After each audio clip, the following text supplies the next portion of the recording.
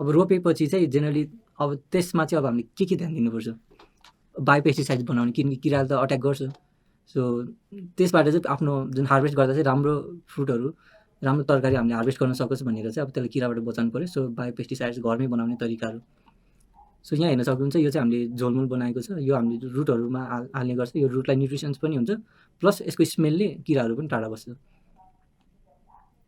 So झोलमोल, Hamal झोल, they are different name होइन, अलिकति तिनीहरूको इन्ग्रिडियन्ट पनि फरक हुन्छ, तर दे क्यान, त्यसमा चाहिँ कन्फ्युज नहुनु होला। सो यो इन्ग्रिडियन्टहरू मैले भन्न लगेको चाहिँ झोलमोल भन्नेलाई हो। सो त्यसमा हामीले म्यारिगोल्ड फ्लावरहरू युज गर्न मिल्यो, निम होइन, mustard cake, red chilli, onion, garlic, kerosene, वाटरहरूको मिक्सचरमा। वाटर 7 लिटर छ, यहाँ ग्रामहरू छ स्क्रिनमा, त्यो यु क्यान नोट द्याट। ठुलो स्केलमा गर्ने हो भने लाइक ड्रम छ भने इन्टु गरेर लाइक त्यसलाई मल्टिप्लिकेसन गर्दा हुन्छ। तर जेनरल पेस्टिसाइड्सहरू सानो ब्याचमा गर्नु भने त्यो अब छिटो धेरै टाइमसम्म अब हामीले लाइक छिटो बिग्रिँदैन नि त, छिटो सिद्धिन्छ, त्यही भएर बिग्रिँदैन, त्यो गर्न सकिन्छ। सो यो इन्ग्रिडियन्टहरूलाई चाहिँ काटेर पानीमा मिक्स गर्नुहोस्। त्यसपछि यो टाइट कन्टेनरमा राख्नुभयो भने 3 डेजसम्म पनि युज गर्न सकिन्छ। केरोसिन चाहिँ जब तपाईँले यसलाई छर्नुहुन्छ नि त्यतिखेर मात्रै केरोसिन एड गर्नु, नत्र त्योभन्दा अगाडि चाहिँ केरोसिन बाहेक अरू सब इन्ग्रिडियन्टहरू चाहिँ मिक्स गरेर स्टोर गर्दा हुन्छ।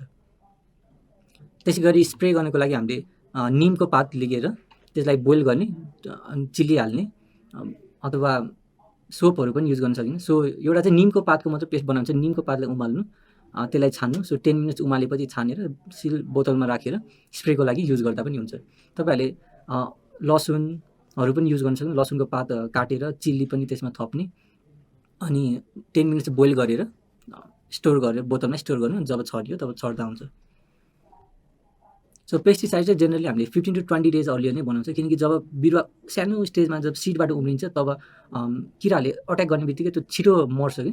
सो एकदमै प्रोन हुन्छ अट्याक फ्रम डिजिज। सो त्योबाट बचाउनुको लागि चाहिँ हामीले अगाडि नै हामीले पेस्टिसाइड्सहरू रेडी बनाएर राख्यो भने एकदमै ह्यान्डी हुन्छ। सो अब हामीले घरमा जब युज गर्छ, घरमा अब हामीले ठिक छ अब गर्न सकिने रहेछ भयो, अब हामीले त्यसलाई प्लान्ट गर्न गयौँ भन्दाखेरि कस्तो माटो चाहिन्छ भने जेनरली माटो, स्यान्ड र जुन मल हुन्छ त्यो 1:1:1 को रेसियोमा भएको हुन्छ। अनि सोइल टाइट हुनु हुँदैन होइन, क्ले पनि भएको हुनु पऱ्यो, तर फेरि एकदमै पानी जम्ने पनि हुनु भएन, एकदमै मलिलो अनि खुल्ला हुनु पऱ्यो, एकदमै फर्टाइल हुनु पऱ्यो। अनि सोइल पनि हामीले 1 वर्ष 2 वर्ष एउटै भाडामा त्यही युज गरिन होइन, सोइलको प्रोडक्सन क्यापेसिटी पनि घट्दै जान्छ। सो सोइल पनि चेन्ज गर्दै जानुहोस्, त्यसमा मल पनि एड गर्दै जानुहोस्। डेप्थ अफ सोइल ठुलो बाल्टी भर्नुपर्ने हुँदैन, प्लान्टको जरा जति छ जेनरली एक भित्ताको हाइट भएको हामीले सोइल हामीले युज गर्दा पनि हुन्छ। सो सोइलको डेप्थ चाहिँ धेरै पनि राख्नु पर्दैन, त्यसको जराले पुग्ने ठाउँसम्म चाहिँ जेनरली 1 भित्ताको राख्दा पनि हुन्छ। कुनै प्लान्टलाई धेरै चाहिएला, सो त्यो प्लान्ट अनुसार चाहिँ गर्नु, तर जेनरल रुल अफ थम चाहिँ हामीले घरमा गर्नुको लागि चाहिँ 1 भित्ता हाइटको भएको चाहिँ हुन्छ। सो मेनरको लागि NPK, so nitrogen, potassium, phosphorus एकदमै प्लान्टलाई एकदमै जरुरत भएको हुन्छ। लाइक त्यो बाहेक अरू कार्बनहरू पनि चाहिन्छ, तर नाइट्रोजन, पोटासियम, फस्फरस चाहिँ धेरै मात्रामा चाहिएको हुन्छ। त्यो चाहिँ अब हामीले प्लान्टलाई पुर्याउन सक्यो भने त्यसको ग्रोथहरू राम्रो हुन्छ। त्यसपछि प्लान्ट रोपेपछि रेगुलर केयर गर्ने, त्यसको माथि मल छरिदिने, झारपातहरू उम्रेको छ भने निकाल्ने, त्यो गर्नुपर्ने हुँदछ। अब चाहिँ लेट्स स्टार्ट रुफटप फार्मिङ होइन। रुफमा फार्मिङ गर्नुको लागि हामीले के चाहियो, सोइल लैजानु पऱ्यो। सोइल केमा राख्ने त, कुनै एउटा सेप भएको बक्सहरू अथवा बाटाहरू तपाईँले लिएर त्यसमा माटो हालेर गर्न सक्नुहुन्छ। सो एउटा यो भिडियोमा चाहिँ तपाईँले फिसको बक्स देख्नुहुन्छ, यो बजारमा मजाले पाइन्छ। सो एकदमै हुन्छ नि हाइफाई हुन्छ नि, हेर्दा राम्रो पनि हुनुपर्छ, अफकोर्स हेर्दा राम्रो हुनु पऱ्यो, तर युजेबल छ भने चाहिँ इट्स ओके। सो यो यहाँ त्यातिएको छ, तर इट होल्ड्स, माटो चाहिँ होल्ड गर्छ अनि मजाले प्लान्टहरू पनि उम्रिन्छ। सो तपाईँहरूले मार्केटमा एउटा किन्न पाउनुहुन्छ। सो बक्सहरू भयो, माटोहरू अरेन्ज गर्नुभयो, अनि पानीको पनि किनकि व्यवस्था गर्नुपर्ने हुन्छ, किनकि पानी डाइरेक्टली मोटरबाट हाल्दाखेरि प्रेसर बढी हुन्छ, त्यसले गर्दा माटो बिगार्छ भने माटो हटाइदिन्छ, जरा एक्सपोज गर्छ प्लान्टहरूको, त्यसले प्लान्टलाई ड्यामेज गर्छ। सो पानी हाल्दाखेरि चाहिँ एकदमै सफ्ट प्रेसर भएको तपाईँले प्लान्ट रोपेछ भने प्लान्टलाई डिस्टर्ब नगर्ने किसिमले चाहिँ हाल्नुपर्छ, र माटो चाहिँ सुक्खा नहोस् त्यो ख्याल गर्नु हो। तपाईँहरूले बक्सहरू नपाए पनि सिधै बोराहरूमा पनि युज गर्नुहुन्छ। यो चाहिँ नेपाल काठमाडौँमा चाहिँ बोरा एकदमै पपुलर छ, किनकि बोरा इजिली अभाइलेबल पनि छ र बोरामा धेरै माटो पनि चाहिँदैन। सो प्लान्टलाई चाहिने जराहरू फैलिन मिल्ने स्पेस जति भए हुन्छ। सो यो चाहिँ हामीले खुर्सानी रोपेको छौँ यो भिडियोमा। खुर्सानी चाहिँ ठुलो भइसक्यो, उम्रिसक्यो, उम्रेर चाहिँ अब यो हार्भेस्ट सिद्धिसकेको टाइम छ। सो हाइट पनि हेर्दाखेरि माटोको 1 भित्ता जति छ, त्यसको लागि ओपन एरिया 1 भित्ता र यो राम्रोसित यत्रो ठुलो भएर फलेको छ, तपाईँले यहाँ देख्न सक्नुहुन्छ। प्लान्ट कहाँ रोप्ने पनि तपाईँले भेटिसक्नुहुन्छ। प्लान्टलाई चाहिँ उमार्नु पऱ्यो। सो यो चाहिँ हामीले ठुलो स्केलमा गरेको भएर यो चाहिँ हामीले ट्रेहरू युज गरेको छौँ। यो एउटा नर्सरी बनाएको छौँ, यो घामको लाइनमा एक्सपोज गरेको।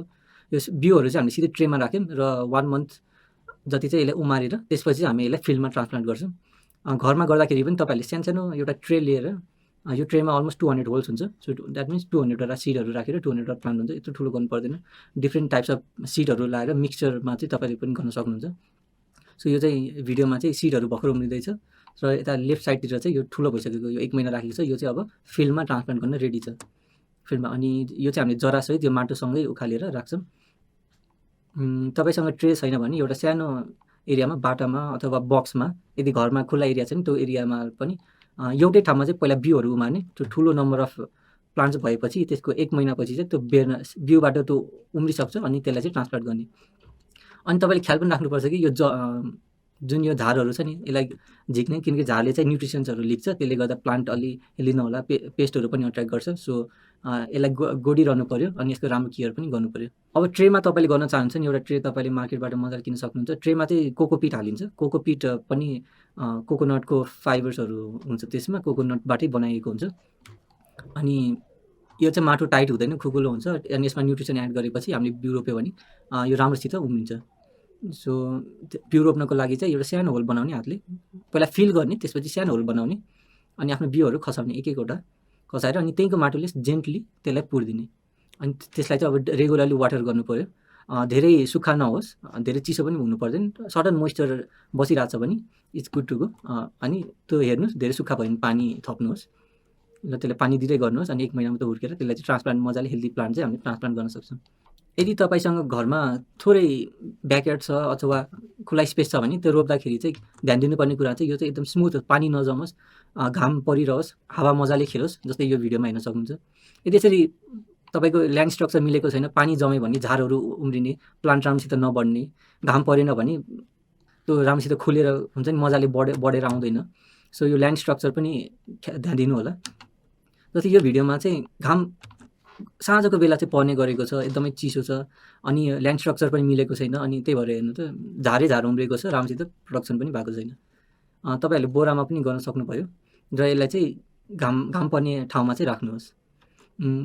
घरमा हिँडिरहने बाटो छ, सानो बाटो छ भने एउटा इँटाहरूले सर्कल गरेर त्यो प्लान्टलाई पनि प्रोटेक्ट गर्न सक्नुहुन्छ ताकि त्यहाँ नखिचोस्। भएको सानो एरिया पनि युटिलाइज गर्न सकिन्छ।